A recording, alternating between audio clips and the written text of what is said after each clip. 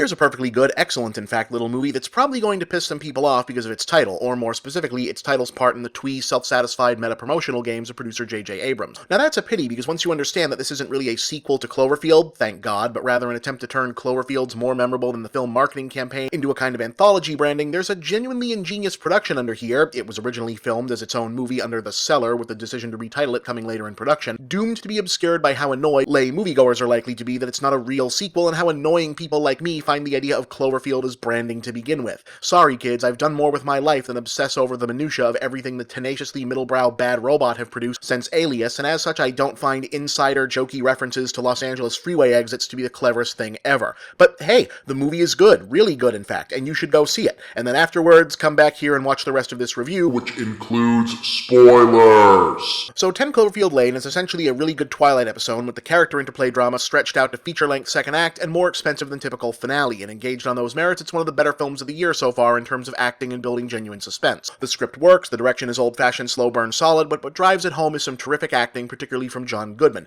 who we really should figure out a way to give an Oscar at some point. Goodman is a rural weirdo named Howard who has built a fully functioning, long-term livable fallout shelter with all the amenities under his farmhouse, and is pretty much exactly the guy you expect to have built a fully functioning, long-term livable fallout shelter with all the amenities in 2016. We first meet him through Michelle, Mary Elizabeth Winstead, who wakes up chained to a pipe in the shelter after getting run off the road in a car crash after fleeing an unseen argument with her fiancé. Understandably, she's terrified, but while Howard is absolutely the living embodiment of the obsessively paranoid prepper archetype, he's apparently not some kind of serial killer who's abducted her. At some point, shortly after the accident, some sort of unnamed chemical, biological, nuclear attack struck the region, and Howard found her and brought her down to the shelter just in time. There's another guy down there with them, a contractor who helped build the place, played by John Gallagher Jr., though Howard is visibly irritated by having him around. Once the inevitable Act 1 business is cleared up, i.e. our skeptical heroine discovers that Howard is seemingly telling the truth about the outside world having become uninhabitable, the film settles into cozy, slow-burn thriller mode, as time in between meals, puzzles, and board games gives way to understanding the characters and subtly familiarizing the audience with the core geography of the bunker itself for when all hell eventually breaks loose. All of this is good, meaty, dramatic stuff, but again, it's Goodman who makes it all sing. Howard is a brilliantly observed antagonist. We get very little in the way of reliable backstory on him, but his unsure speech, palpable difficulty speaking to other humans, petulant boundary issues, and lonely, self-involved child personality type create a lived-in character and a harrowing sense of familiarity. You've met this guy, and being near him bothered you, and maybe you felt bad about that because it's hard to pin down exactly what felt so off about him, and you didn't want to be a dick in case it's not his fault, but he still creeped the hell out of you.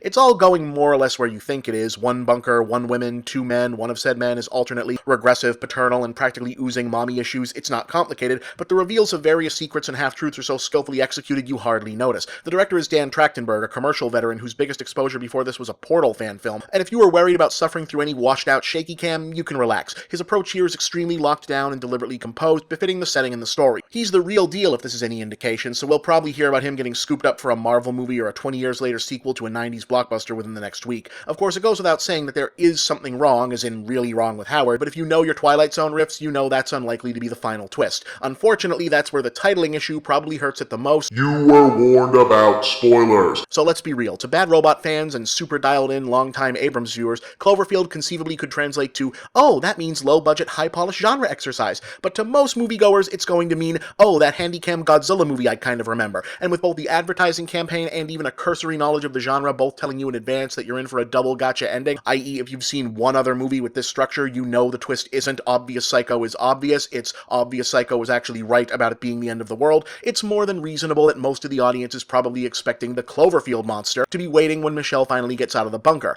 And it's not, so it's not unreasonable that some of the audience is going to walk away annoyed and disappointed. I certainly didn't, quite the opposite in fact, since I've seriously soured on Cloverfield and its underwhelming monster in the intervening years, so that it turns out the attack was an alien invasion a la War of the Worlds, allowing Michelle to complete her learn not to run away from your problems arc by making a cartoonishly contrived decision whether to head for safety or join a human resistance is perfectly fine on my end. Also, aliens are probably still close enough to off-brand kaiju that at least it feels related. I'm sure there are already tiresome fan theories about the monster being the first wave of the alien attack and that it'll totally be back for part 3, but you have to imagine the reception is going to be affected by this. Still, as its own thing, 10 Cloverfield Lane is a slick, super watchable thriller that deserves the attention it's getting, title or not. Absolutely worth a look, check it out.